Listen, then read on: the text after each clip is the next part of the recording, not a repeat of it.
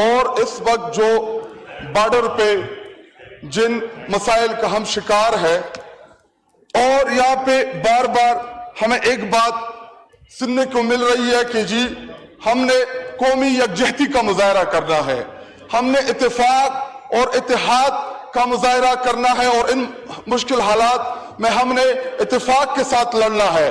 تو جناب deputy speaker صاحب، وہ کون سے عناصر ہیں جو اپنی ذاتی انا کی تسکین کے لیے پاکستان کے سب سے محبوب لیڈر عمران خان کو جیل میں رکھے ہوئے ہیں اور ہم سے قومی یکجہتی کا تقاضا کر رہے ہیں؟ اور میں آپ کو اور اس ایوان کو بتاتا ہوں، اللہ کی قسم حلفاً کہتا ہوں کہ میرے اور آپ کی تقریروں سے کوئی قومی یکجہتی نہیں آئے گی جب تک عمران خان کو جیل سے باہر نہیں آئیں گے۔ قوم آپ کے ساتھ نہیں کھڑی۔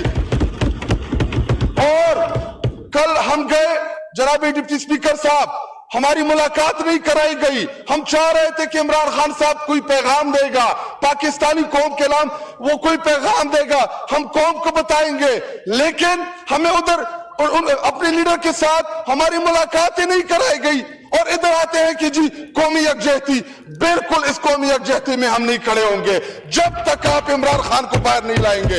اور جناب ڈپٹی سپیکر صاحب، آج سے 2 سال پہلے 9 مئی کے دن جس بونڈے طریقے سے قوم کے محبوب لیڈر کو گریبان سے پکڑا گیا، ان کو گھسیٹا گیا، ان کو غیر قانونی طریقے سے گرفتار کیا گیا، تب سے لے کے آج تک پاکستانی قوم ان تمام ہاتھوں سے، ان تمام کرداروں سے نفرت کرتی ہے جنہوں نے عمران خان کو پکڑا، عمران خان کو گھسیٹا۔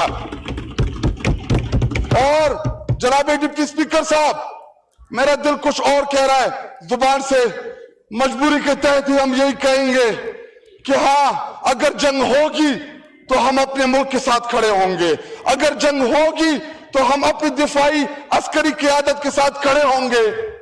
کیوں؟ کیونکہ ملک ہمارا ہے، سرزمین ہماری ہے، ہم نے اس ملک کے اندر رہنا ہے۔ یہاں پہ جو آگے بیٹھے ہیں، ان کی باہر جائیدادیں ہیں، یہ لندن بھاگ جائیں گے، کوئی دبئی چلا جائے گا، کسی کے یورپ میں گھر ہے، ہم نے اس ملک میں رہنا ہے، یہ سرزمین ہماری ہے، یہ ہمیں اپنے لیڈر نے سکھایا تھا، یہ پاکستان ہمارا ہے، کیونکہ ہماری آنے والی نسلوں نے اس ملک کے اندر وقت گزارنا ہے۔ لیکن ایسا نہیں ہو سکتا کہ آپ میرے لیڈر کو جیل میں رکھیں اور مجھ سے قومی یکجہتی کا تقاضا کریں۔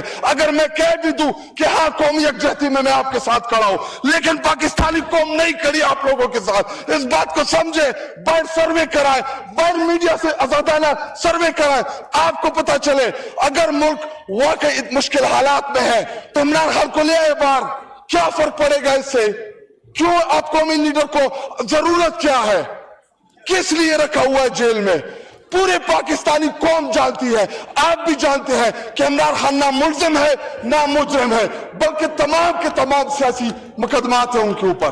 لائیں ان کو، ادھر کھڑا کرے، وہ جب کہے گا کہ وی ول فائٹ، پورے پاکستانی قوم فائٹ کرے گا، بارڈر کی طرف جائے گا، اپنی فوج کے شانہ بشانہ کھڑا رہے گا۔ اور آپ کو ضرورت ہے، پاکستان کو ضرورت ہے۔ اور ادھر وزیر اعظم نے جب تقریر کی، مودی انٹرنیشنل دہشت گرد ہے، میں علل اعلان کہتا ہوں کہ جو ہمارے بچوں کو شہید کر رہا ہے وہ انٹرنیشنل دہشت گرد ہے، لیکن ان کے ذاتی تعلقات ہیں، کاروباری تعلقات ہیں، مودی کا نام نہیں لے سکتے۔ اور نواز شریف جس کو یہ اپنا قائد سمجھتے ہیں، انڈیا کے خلاف جنگی حالات میں ایک طرف ہماری عسکری قیادت جو شاپروں کی طرح ان کے ڈول گرا رہی ہے، اور ان کا قائد، ان کا پتہ نہیں کون سا قائد، وہ انڈیا کے ان معاملات کے اوپر ایک سٹیٹمنٹ نہیں آئی۔ جناب ڈپٹی سپیکر صاحب، مجھے ٹیپو سلطان کہ وہ ایک کول یاد آ رہا ہے کہ اگر ایک لشکر جس کا سردار شیر ہو اور اس کے ساتھ لشکر میں گیدڑ ہو تو وہ شیروں کی طرح لڑتے ہیں، اگر شیروں کا لشکر اس کا سردار گیدڑ ہو تو وہ نہیں لڑ سکتے، وہ جنگیں ہار لیتے ہیں۔